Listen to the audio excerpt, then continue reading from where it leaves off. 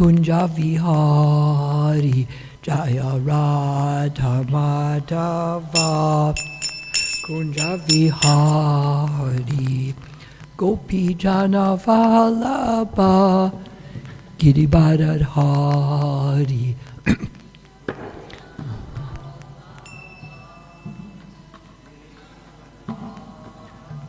Yasoda Nandana Prajajana Ranjana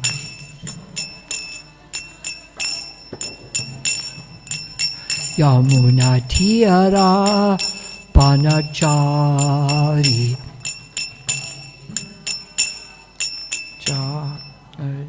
Jaya Radha Madhava Kunja Vihari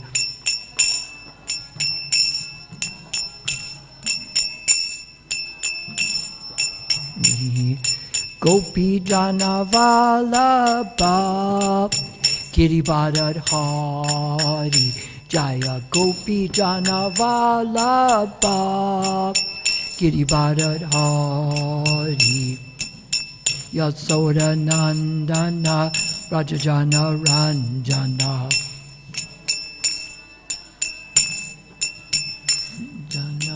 Yamuna Tira Panachari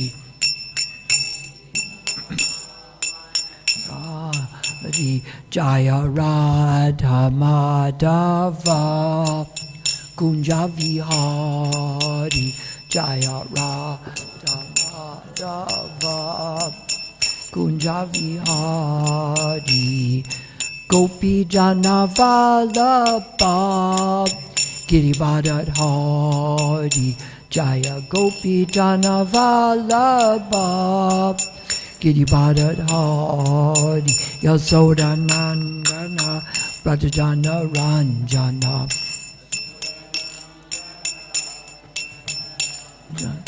Yamuna Tira Panachari Muna Tira Panachari Jaya Radha Madhava Kunja Vihari Jaya Radha Madhava Kunja Vihari Gopi Jana Vallabha Giribharadhari Jaya Gopi Jana Vallabha Giribharadhari Yasoda Nandana Prajajana Ranjana Yasoda Nandana Prajajana Ranjana Yamuna Tira Panachari Yamuna Tira Panachari Jaya Radha Madhava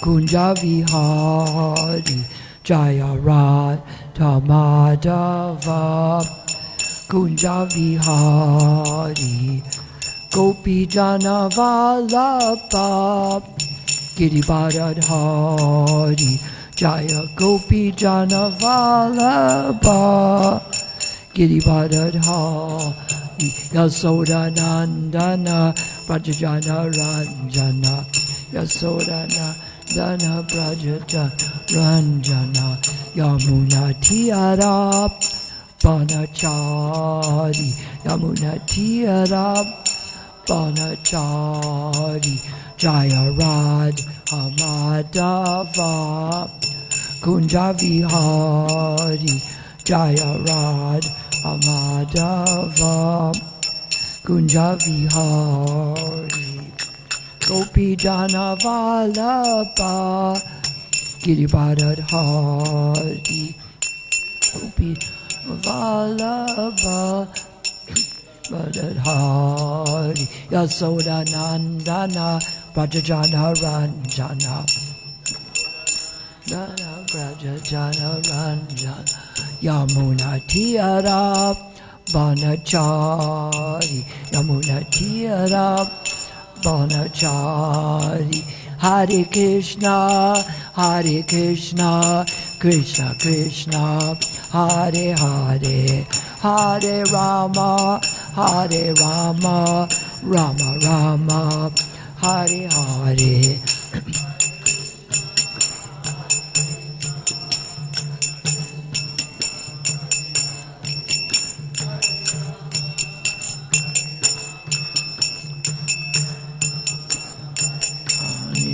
Hare Krishna, Hare Krishna, Krishna Krishna, Hare Hare, Hare Rama, Hare Rama, Rama Rama, Hare Hare.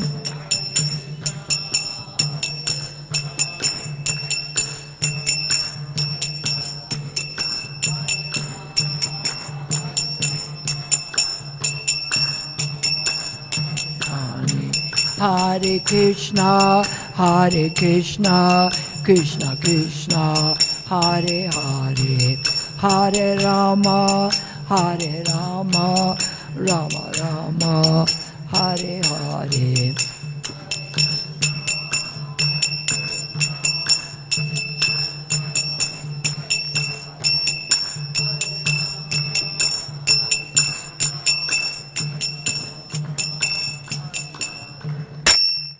Jai Om Vishnupad Paramahansa Parabhajakacharya Austere Sutta Sri Srimad His Divine Grace Srila A.C. Bhaktivedanta Swami Prabhupada Ki. Jai Om Vishnupad Paramahansa Parabhajakacharya Austere Sutta Sri Srimad His Divine Grace Srila Bhaktisiddhanta Saraswati Prabhupada Ki. Ananta Gaudi Vaishnavindi Ki. Namacharya Srila Haridas Thakur Ki. Prem Chiko Shri Krishna Chaitanya Prabhu Nityananda Sri Advaita Gadadhar Srivas Adi Gaur Bhaktivinoda Ki, Sri Radha Radhanath Ki, Durban Temple Ki, Temple of the Vedic Planetarium Ki, Srimad Bhagavatam Ki. All glories to the assembled devotees. All glories to the assembled devotees. All glories to Sri Guru and Sri Gauranga. So we have two Bhagavatams here today. One of them is the fourth canto, and the other is the Bhagavad Gita as it is. So we will be reading from the fourth canto, chapter 21, text 15.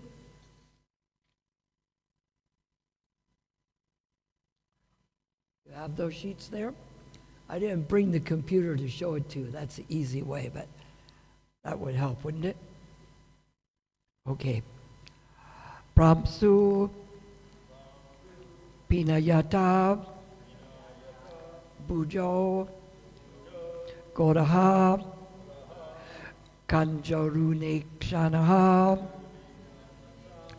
Sunashaha Sumukaha Somya Pinamasha Sudvija Smitaha Pramsu Pinayato Bujo Gora Kanja Runekshana Sunasaha Sumakaha Somya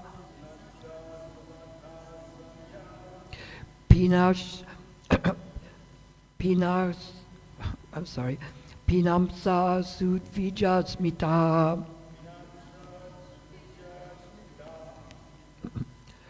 Pramshu Pinayata Bujo Gora Kanjarunekshanaha Sunashaha Samukha Samya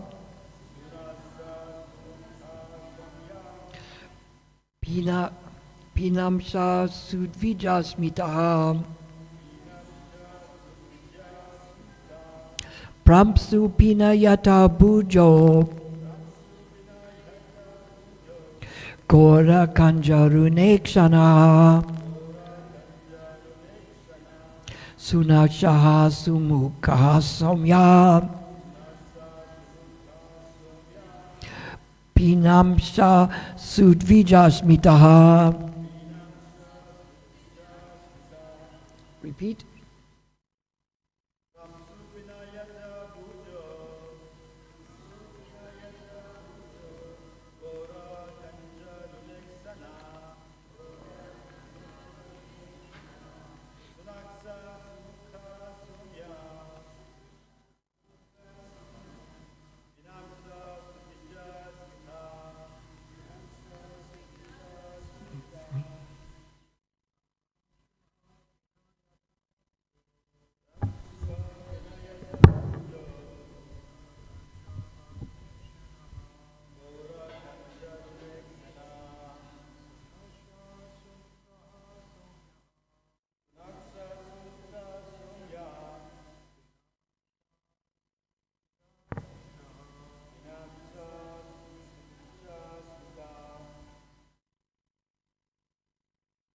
Others? Pramsu Pinayata Bujo. Gora Kanjanaksha. Somya.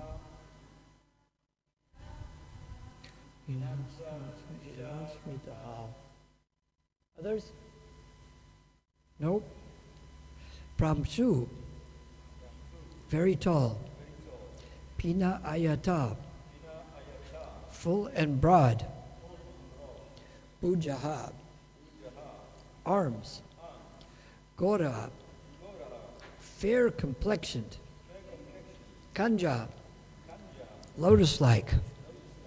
Aruna Ikshana, with bright eyes, resembling a morning sunrise. Sunashaha, straight nose. Sumukaha, with a beautiful face. Somya, of a grave bodily structure. Pina Amcha, shoulders raised. Su, beautiful. Twija, teeth. Smitaha, smiling. There were so many Kshatriya features here that instead of saying shoulders, I said soldiers. You'll see why in the verse here. Translation. King Prithu's body was tall and sturdy, and his complexion was fair. His arms were full and broad, and his eyes as bright as the rising sun. His nose was straight, his face very beautiful, and his personality grave. His teeth were set beautifully in a smiling face. So now does this describe someone who's like a priest or a businessman or a soldier? Which one? Which one? Let's see what it says in the purport here. Purport by His Divine Grace A.C. Bhaktivedanta Swami Srila Prabhupada. Among the four orders, Brahmana, Kshatriyas, Vaishyas, and Sudras. The Kshatriyas, both men and women, are generally very beautiful. Now what was the answer to that? Yes, Kshatriya. As will be apparent from the following verses, it is to be concluded that not only were Maharaj Prithu's bodily features attractive, as described here, but he had specific all auspicious signs in his bodily construction. As it is said, the face is the index of the mind.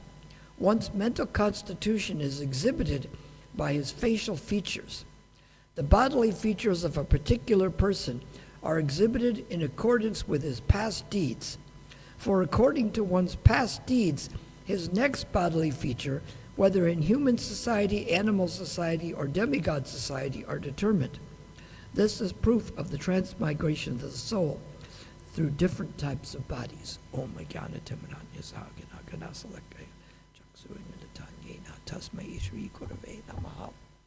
Oh, we didn't chant. Chant this. Om Namo Bhagavate Vasudevaya. Om Namo Bhagavate Vasudevaya. Om Namo Bhagavate Vasudevaya. Om Namo Bhagavate Vasudevaya. They get their bodily features by their past deeds. Now, since Prithu Maharaj is an incarnation, what are his past deeds? They're all spiritual and divine. The incarnations always appear at a particularly auspicious time. Isn't that a strange coincidence? Is it? It's not a coincidence? Just like when you're born, you pick the time of your birth. Be careful not to let someone else pick the time of your death, though. But when Krishna comes, can he predict the time of his birth? Can he change it? Krishna can't change the time of his birth? Krishna can't decide to come at a particular time? I read an astrology book that wasn't written by devotees. It said that according to astrology, an Indian saint named Chaitanya would have to be the greatest person that ever lived. So I thought, I have to find out who this Chaitanya is. Do you think I did? I did. But it's because Krishna comes, Krishna Varnam Tavashvikam, that he comes in the golden color. He's not blackish Krishna. He's the same, but he comes in the golden color. And so here Maharaj Prithu is also this, an incarnation. We read in the second canto of Srimad Bhagavatam, it gives a scheduled list of incarnations. It just gives a brief idea of what each one of them does. And then later on, we're describing, in like the third canto, we have Kapila Dev, and here we have in the fourth canto, we have Maharaj Prithu, and it tells later about Lord Rama and Krishna and Balaram, Lord Nrsingadev, Parsuram, so many incarnations. But what does it say in the end after so many incarnations? It says they're all emanations from Vishnu? Or many of the incarnations emanations from Vishnu? They are, because they're expansions of expansions. But it does say in the end of that chapter that Krishna's tu Bhagavan Svayam, that Krishna is the original form. From Krishna comes Balaram, from Balaram comes Sankarshan, Vasudev, Pradumya, and Aniruddha, and from Aniruddha comes the Karnadaksha Vishnu here, that universes come out of his body. Does that ever happen with any of you? Do universes come out of your body? No? And in each universe, a Garbhodaksha Vishnu appears, who is the expansion of Karnadaksha Vishnu. And then within the heart, Shirodaksha Vishnu appears. So these are expansions of expansions, but Krishna is the original incarnation. And it's telling us here about the Kshatriya. Why does it tell us more in the bodily features? Wouldn't you know who's a Kshatriya? Or a Vaishya businessman? Or a Sudra worker? Or a Brahmana just by what family they're born in? Just like if you're born in the family of a famous actor or actress, you automatically become an actor or actress, correct? Chances may be there. This is to show that by the bodily features you can tell. If someone's big and tall and strong, they must be a Kshatriya. They can't be a little puny thing and say that they're a Kshatriya, right? They can't be like, what was that cartoon a long time ago? Oh, Mighty Mouse. He goes, here I come to save the day, right? But that's not really quite the Kshatriya mood. So people think they're the caste by what family they were born in. But Krishna says in the 4th chapter of Bhagavad Gita, Guna Karma Vibhagashaha, that someone is to be known by his qualities and his works. If they're the Brahmana, they're peaceful, they're tranquil, they're grave, they're sense-controlled, and they're there to help others. If they're a Kshatriya, they're heroic and strong and brave. And if they're a Vaishya, they know how to take care of cows, or they know how to do business. And it's done more by their qualities. Now, some of the people think, like in the Brahmin families, they think, well, if you're born in a Brahmin family, you're automatically a Brahmin. And the people who aren't can't become Brahmins. But you see what a problem is caused for the system. Because then what happens is they think that you can be a Brahmin even if you're not qualified, if you're born in that family. And if you are qualified, you can't be. If you need to go for surgery, do you check the person's degrees in surgery or if he was born in a family of surgeons? He never went to school, but his parents were surgeons. Is that qualification enough? Sometimes the Indian people think this as far as with the Brahmins. But let's take, we were talking about actors. There's the one actor, Amitabh Bachchan. He wasn't born in an actor's family. So do anybody go to see his movies and TV programs? They all do. His son was born in an actor's family. So they'll all come to watch his movie, right? No, because he wasn't very good at it. I haven't seen either one of them because the truth is that Indian movies were ruined for me before I even got started. Because in 1971 in Mumbai, we went to the famous Indian producer, J. Om Prakash's house. And he said, I'll tell you the truth. Indian movies are corny. They're ready to kill each other. I'll kill you. No, I'll kill you first. And they have the guns raised. And they say, but let's break for a dance first. And they come out, the women with the pom-poms. I'm going to kill you today. No, I will kill you first. And they sing a whole song about it. And you look to the Western man, well, don't you either just kill the person, you just sing a song about it first? But that's the way it's kind of more like an entertainment. But he says that they're corny. So that made me lose interest in watching the movies. But you see how bad it would be if we just judged the system on birth. Because we take the people who've been to medical school, but they're not born in a medical family, so they don't get to practice medicine. And the other people haven't been to school, but they're born in a family, so they practice medicine. Now, what does this do for the practice of medicine? It makes it go downhill, yes? Because you want people who actually know, not people who are just born in that family. So this is the difference between the caste system and the Varnashram Dharma system. And the main thing, too, in the Varnashram Dharma system is instead of the Kshatriyas think we're in charge, everyone works for us, or the Brahmins think we're the top of the chain, everybody has to listen to us, or the Vaishyas think we have the money, so everybody has to listen to us, right? They each should be trying to serve the other groups. The Vedic idea of ethics is it's called a duty basic of ethics. You see, in many of these places, they have a rights ethics. You find that in this country. People thinking, well, I have the right to get more than others.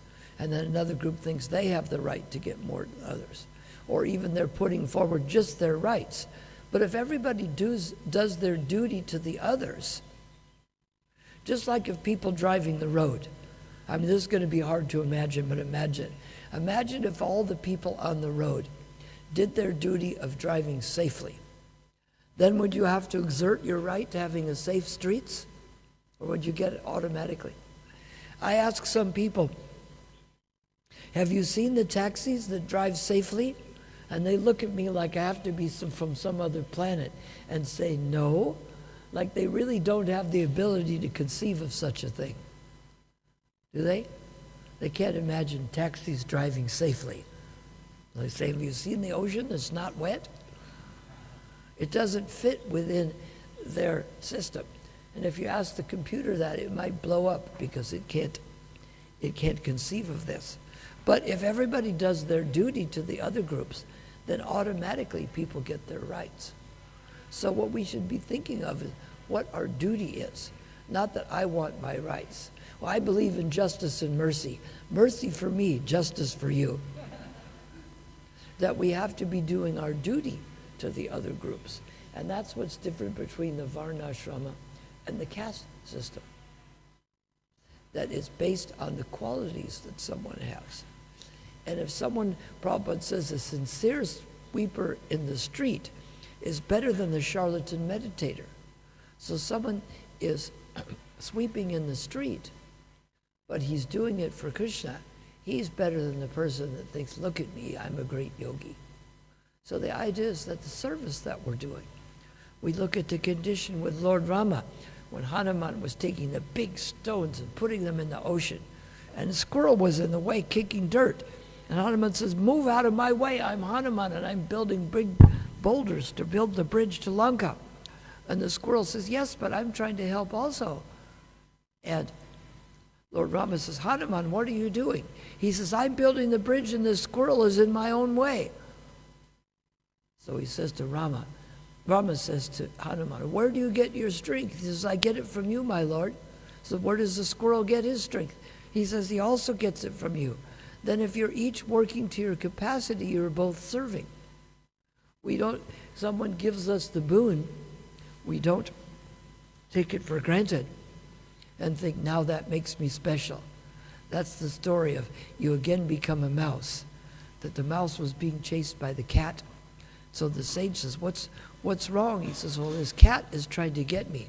If you could just turn me into a cat, then I'd be fine. So he turns him into a cat, and the cat chases the mouse. But then the dog chases the cat. He goes back to the sage, he says, you made me a cat, but now this dog is chasing me. He says, can you change me into a lion so the dog won't bother me? So he changes him into a lion.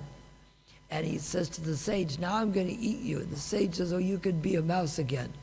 So when we're ungrateful, this is the sin of ingratitude. They don't have an Ingrates Anonymous, but they should. People have no gratitude for the things that they get. Things like the water and the air and the things are all produced naturally. And we have to be grateful for these things. But when we're not grateful and trying to assert how important we are, then we're not reaching this gratitude. Say, don't you know who I am? I'm a legend in my own mind. So we see King Prithu is not acting this way. He's trying to do his duty by doing these great Vedic sacrifices. So we follow in King Prithu's footsteps and we perform Vedic sacrifices. So then that means we do the big Agnihotra Yagyas and we do the Ashvamedha Yagya. Is that what we do? Don't we follow him by doing Yagya? By doing sacrifice, don't we? We do, but for this age, the sacrifice is different. Just like you may follow someone else by doing service. They may trim the bushes and you may wash the dishes, but you have to do your particular duty. And in this age, the Varnashram is not as important. Chaitanya Mahaprabhu came, he's the Yuga avatar. In the Satya Yuga, people lived for a long time and they would do a transcendental meditation for thousands of years. In the Treta Yuga, they would do the sacrifices where they would put tons of ghee and grain in the fire. And in the Dwapara Yuga, they would worship the deities. Now we still worship deities, we still meditate on Krishna, and we still do the fire jaga, but it's not our main process. Lord Chaitanya came to introduce the main process, which is already there in the scriptures. So he went to the Tattvavadi gurus, who were the Gaudiya Madhava Sampradaya, that we come from Madhavacharya. But he asked the Madhavacharya Tattvavadi guru, he says, what is the best process for Kali Yuga? And the Tattvavadi guru says that we do our Varnashrama. We do our Varna, whether we're a Brahmana, a priest, a Kshatriya warrior, a Vaishya, a businessman, or a Sudra, a worker, and whether we're the celibate student, brahmachari, or the grahasta, householder, or the vanaprastha, retired, sannyas, renounced. We do our duty in our varna and ashram, and then we offer the result to Krishna. Sounds good.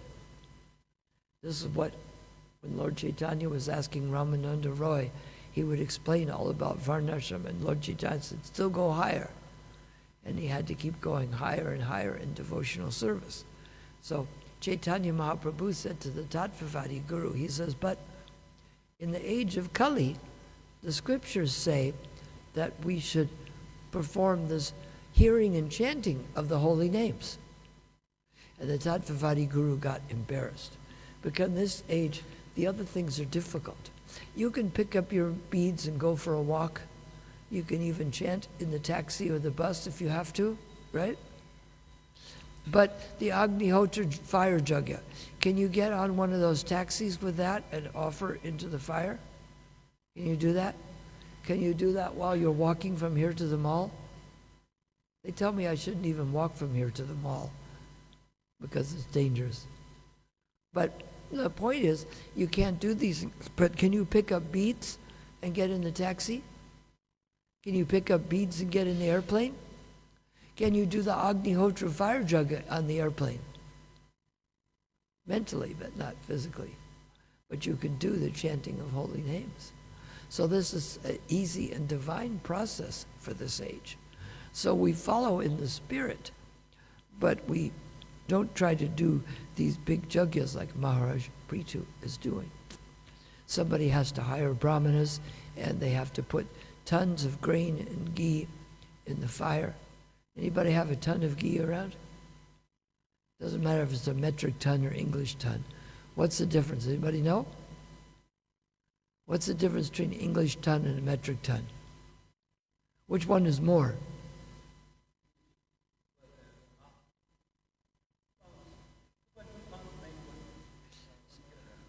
So the metric ton is more because 2,000 pounds would be about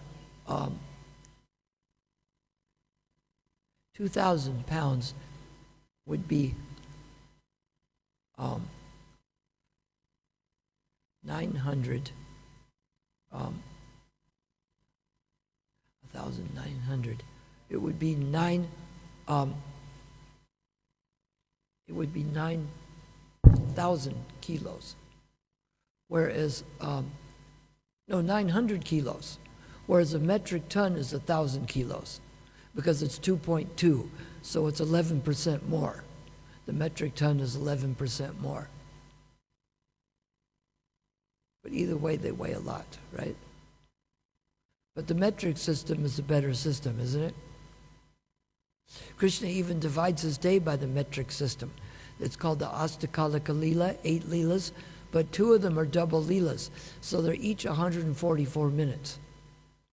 If we divided the day that way, 0 to 1, 6, 5 would be like noon.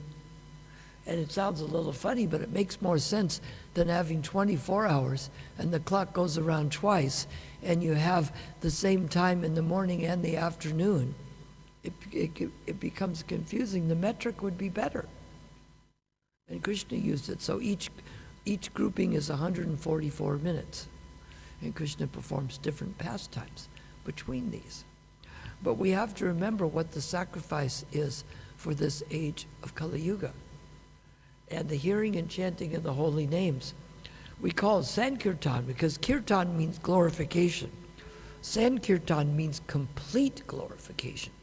Because when we're chanting ourselves, you're in your room or the temple alone singing, it's a kirtan. But when you're out in the world where everybody hears it, and some of them even want to dance, it now becomes the complete glorification.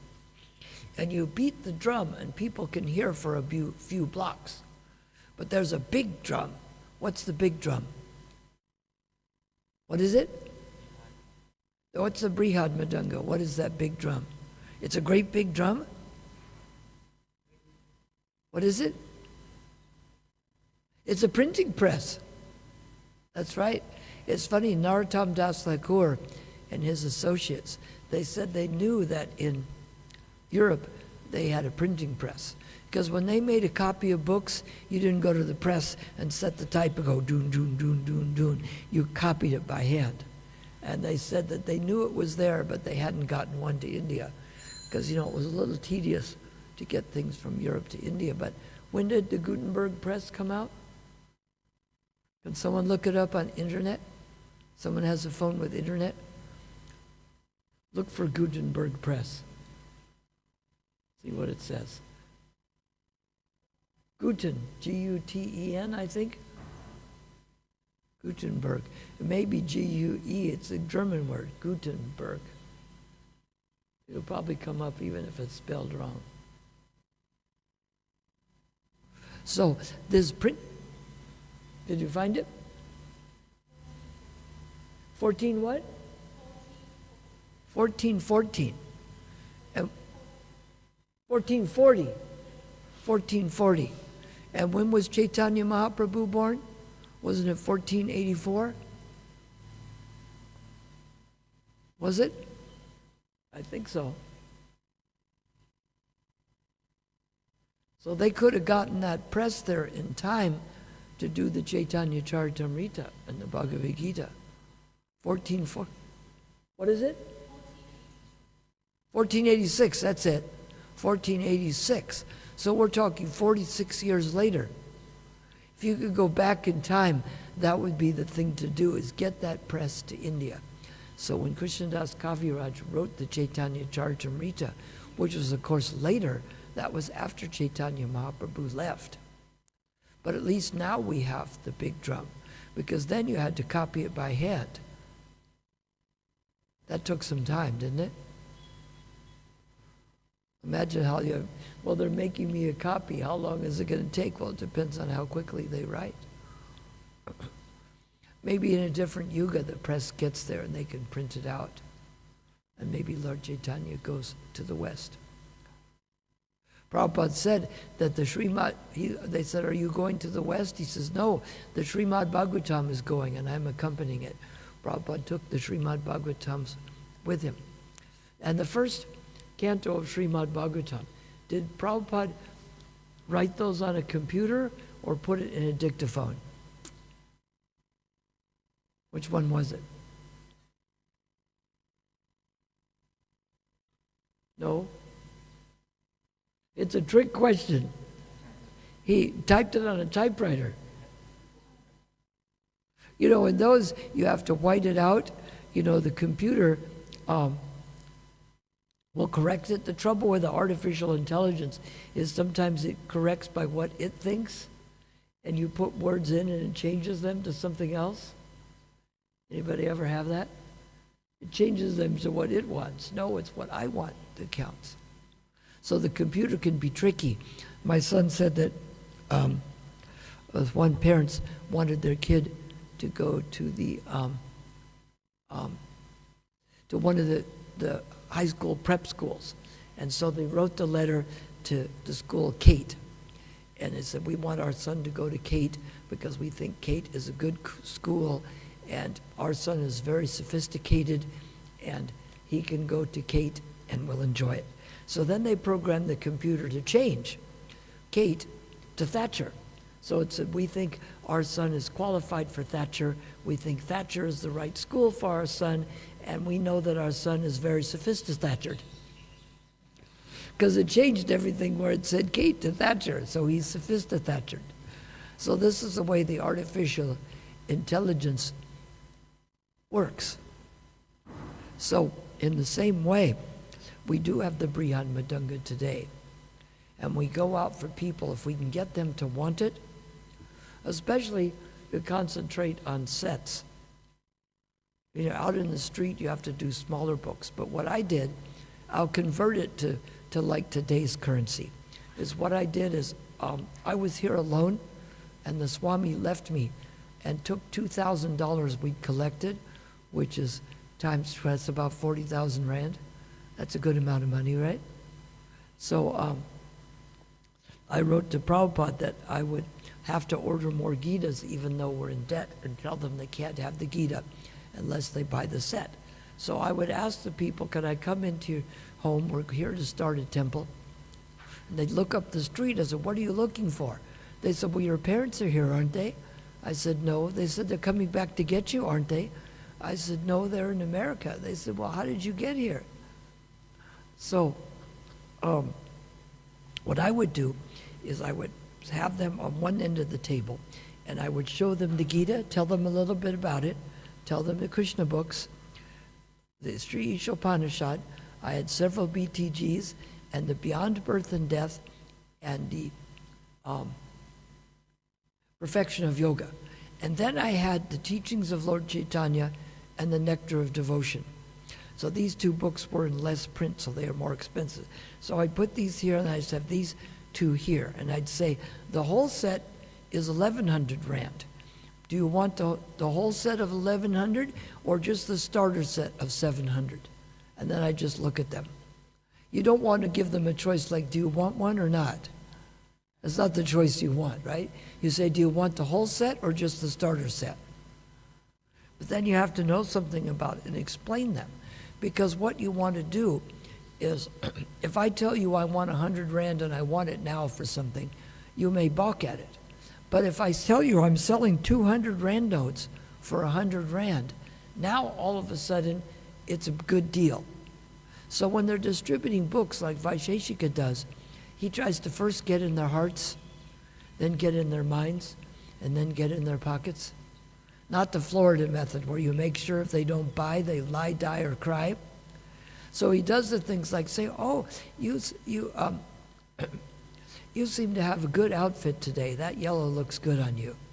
Or he asks something simple like, have you heard of stress? They do things like, quite often the first thing you do is compliment something. When President Reagan negotiated with Gorbachev, he learned all about him and he said flattering things. And then when it came time to negotiate, Gorbachev just opened up and was ready. We find Krishna did this when Krishna negotiated with the Kurus to not have the war. And he went to Karna and he says, I'll tell you something. You're actually the first Pandava. You were the son of Kunti before Yudhisthira, Arjuna, Nakula, Sahadeva, and Bhima. And because your mother was too young, she put you in a basket to go down the river. He says, I don't care, my real parents are Radha and Atirad because they raised me. And Krishna says, but if you switch sides and work with the Pandavas to avoid this war, you can be the emperor. And you can also be the husband of Draupadi. Was, as I said here about how the Kshatriyas are very beautiful. Obviously, Draupadi was very beautiful because she had 5 husbands. Do you know any women who have 5 husbands and they're all happy about it? First, you have to know a woman with 5 husbands. Then, are they all happy about it? She's got to be pretty special for all 5 husbands to be happy about it, don't they? And they really wanted to see her disrobed. And she set the example because the crews were trying to pull on her cloth, and she gave which appears to be the balanced approach. She was holding the cloth with one hand, reaching out to Krishna with the other. You know, they say don't put all the eggs in one basket. You know, you're holding on and you're reaching out to Krishna. This is the best process because you're depending on Krishna and yourself. Is that the best process? Turns out it wasn't because the cloth kept coming off. So then she says, okay, Krishna, I surrender to you. As they're pulling the cloth, he kept supplying more. So no matter how much they pulled off, there was more there. Just like the opposite of when Mother Yasoda tried to tie Krishna. She tied together, it was 2 inches too short. When they pulled the cloth, there was always 2 folds more, no matter how much. Imagine how frustrating it is. They want to disrobe the beautiful woman, and no matter how much cloth they pull off, more keeps appearing. So, Karna, though, he was what you call being on the wrong side of history. He wanted to still be loyal to Duryodhana, and so he didn't do it, but Krishna gave him that opportunity. And we see that Draupadi was the beautiful, like the Kshatriyas are here. But in this age of Kali Yuga, we used to call it the Christmas marathon. Christmas is, you know, people come out for summer vacation at Christmas, but it seems like the colder the country, the more they are all about Christmas. You know, they don't sing songs here about dashing through the snow, do they? Whereas if you're in Canada, and more farther north, like Norway and Sweden, where it's 40 degrees, that's minus 40. Think how cold that is. It's like going from plus 40 to freezing, and then you go down the same amount again. That's how cold. You go out barefoot, your feet freeze and have to be cut off. Not joking. So you go to there, boy, They really have Santa everywhere. They don't make such a big deal of Santa here, do they? You don't hear all the Christmas carols. It gets really tedious because it's not necessarily about religious experience. It's so now it's the Prabhupada Marathon, and we use the Brihad Madanga. But the idea is that we're trying to perform this Sankirtan, the complete glorification, which is done through the chanting on the street, which devotees hear, and getting the books in people's hands. And it helps to do that. Explain a little to people about the books. And then you ask them, do you want the full set or just the starter? Like Prabhupada says, you make a bold proposal in a humble way. It's just like I tell you, listen, Isaiah, we're going to build a big hall down below, and we're going to do a big project. And I really need 100 million rand. But if I can get 10% from you, don't worry, I'll get the other 90% somewhere else. Or if I say, I want 100 rand and I want it now, which was the bigger insult? Which one? First or second? But the first one, I asked you for 10 million rand. But it's done in a nice way, by taking the burden off, right? That's the way you make the small thing look big. And you make it sound not so big. You show that there's more and they're only doing a part with others. You say things like, when you take these books home, not if you think about maybe kind of taking these books home, when you take these books home, they will enlighten your home and they will be there to give you information about how to have eternal spiritual happiness. You assume that they're going to do it. And you ask them which set they want, the full set or just the first two. And you just say it like it means no big deal. Because think of all the things they spend money on. That's either a waste of time or useless or counterproductive. How much do people spend on alcohol Friday night? How happy does it make them on Saturday morning? Or do they spend a lot of money? And then next week they do it all over again? So we have to be convinced of the value of these books and convince people of the value, because if you convince them that the value is higher than the cost, like it's easy to convince people that the value of a 200 rand note is more than if it costs 100. The value exceeds the cost. This is the cost to value ratio, the risk to reward. There isn't much risk in taking a book, and the reward is very high. Like you may want to go out to the park there at midnight. The reward isn't very good, nothing good is going on there, but the risk may be very high. So you look at the risk to the reward and the cost to the value. If the value exceeds it, and if the risk is low but the reward is high, and if the risk is high and the reward is low, then you don't do it. But you have to deliberate on these things first. Before you make a decision, you have to jump into it. Just like my father used to ask me, what's Mickey Mouse, a cat or a dog? Quick, what's Mickey Mouse, a cat or a dog? Now, if you answer either one of those, which one is correct? Which one is it? Is he a cat or a dog? He's a cat? No, a dog. But I gave you the choices. So if you answer too quickly, right, then you make a mistake. So with things, you have to take the information in, analyze it, deliberate. It's like Krishna says in the last verse of the 3rd chapter of Bhagavad Gita, that this lust is very difficult to conquer, but it can be conquered by deliberate spiritual intelligence. It means you deliberate. Sankhya means counting. 2nd chapter of Bhagavad Gita is count. Sankhya Yoga, you're counting the risks against the reward. If the risk is 10, the reward is 100, good idea. If the risk is 1,000, the reward is 1, not a good idea. If the risk is 10,000 and the reward is a minus 10,000, then it's definitely not a good idea. But before you proceed, you should know where you're going. Just like President Trump was talking about the country Namibia. So let's say we get a vehicle and we drive to Namibia. What will happen? He talked about Nambia, so we'll just get in a vehicle and drive to Nambia. Will that be successful? What?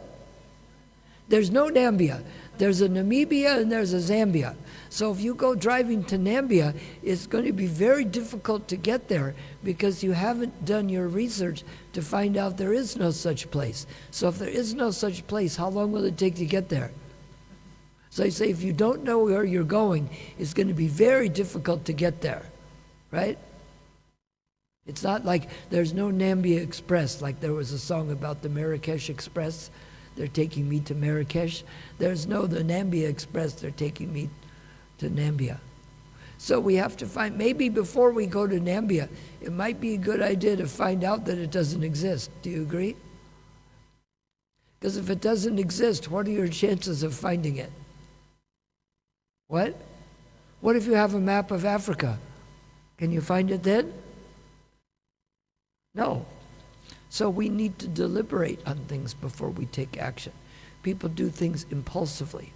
We may be compulsive, that we're have a compulsion to serve Krishna, but impulsive just means, I think I'll jump off the roof. With no rhyme or reason. Just the impulse comes and you follow it. So we have to follow the path of Maharaj Prithu by doing sacrifices, but not the big sacrifice where we burn grains and ghee, the big sacrifice where we distribute books to people and we chant the holy names. And the only burning involved is the burning up of our sinful reactions and the people we're contacting.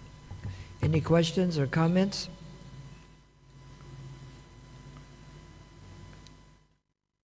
No? That means they're all ready for Sankirtan? The Sankirtan Express.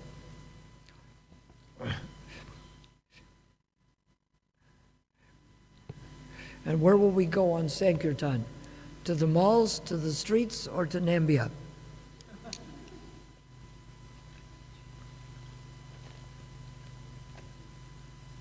No Nambia. All right. Hare Krishna.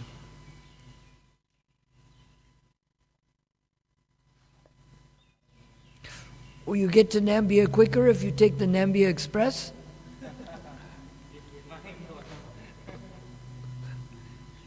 There may be a Nambia Express, but it won't go to Nambia, will it?